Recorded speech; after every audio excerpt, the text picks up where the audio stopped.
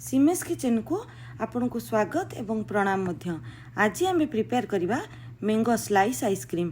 यह अति सहजरे घरे थिबा जिनिसरु तैयारी करि परिबे आ बहुत अल्प समय एवं कम परिश्रम रे प्रिपेयर करी समस्त को खुआई परिबे।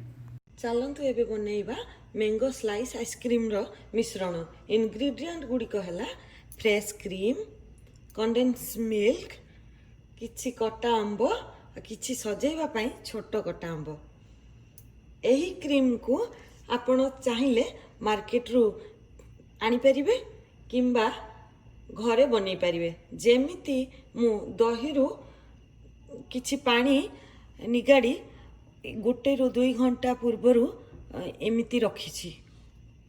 देखंतु दहीटा मोर केमिति देखा जाउची, पूरा फ्रेश क्रीम परिका। कंडेन्स मिल्क आपण चाहिए मार्केट रू आनी परिबे, नहले बहुत सहज उपाय रे घरे बनै परिबे। कंडेन्स मिल्क केमिति बना जाय आपण मोर तळे थिबा डिस्क्रिप्शन बॉक्स रे जाई देखि परिबे। एटा बहुत सहज उपाय रे बनै परिबे। चलंतु प्रथमे क्रीम को 1 मिनिट पई मिक्स करिया।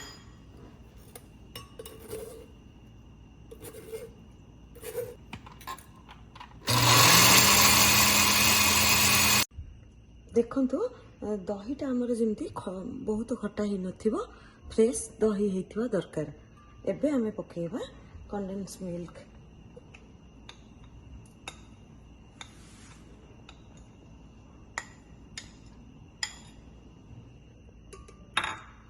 आउ किछि कटा आंब। आउ एबे आमे यार मिश्रणटे बनेइबा।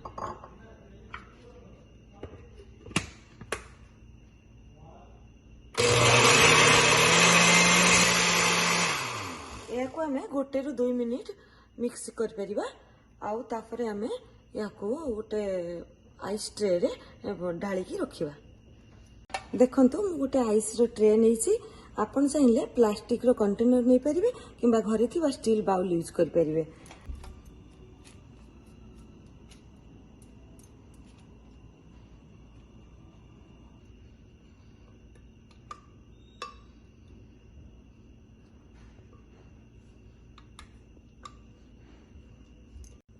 एही ट्रे को आमे वर्तमान 5 ରୁ 6 घंटा डीप फ्रीज रे रखिबा। आपण चाहिले 3 घंटा परे मध्ये आपण यूज कर परिबे। देखंतु मु एटा 5 ରୁ 6 घंटा फ्रीज रे रखि सारला परे मु याको एबे काढी आनिछि। आउ 10 ରୁ 15 मिनिट मु याको बाहर रखिथिली। देखंतु केते सुंदर देखा जाउछि। वर्तमान याको आमे प्लेट रे काढी की काटी की एवं आइसक्रीम बाउल रे मध्ये आपण रखि की ताको सर्व करि परिबे। देखंतु एबे केते सुंदर देखा जाउछि। देखि की पार्टी रु पानी आसी जाउछि मोर। आपण भी एमती ट्राई करंतु, बहुत भल लागिवो। मु एबे आपण को काटी की देखौछि केमती देखा जाउछि पीस।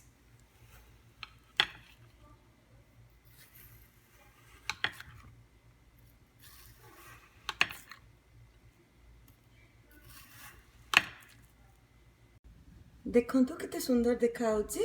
आपण याको ट्राई करंतु, निश्चय भल लागिवो। जदि आपन को भल लागिला मते कमेंट करी जणांतु एवं शेयर करंतु, सब्सक्राइब करंतु और लाइक करंतु। Thank you.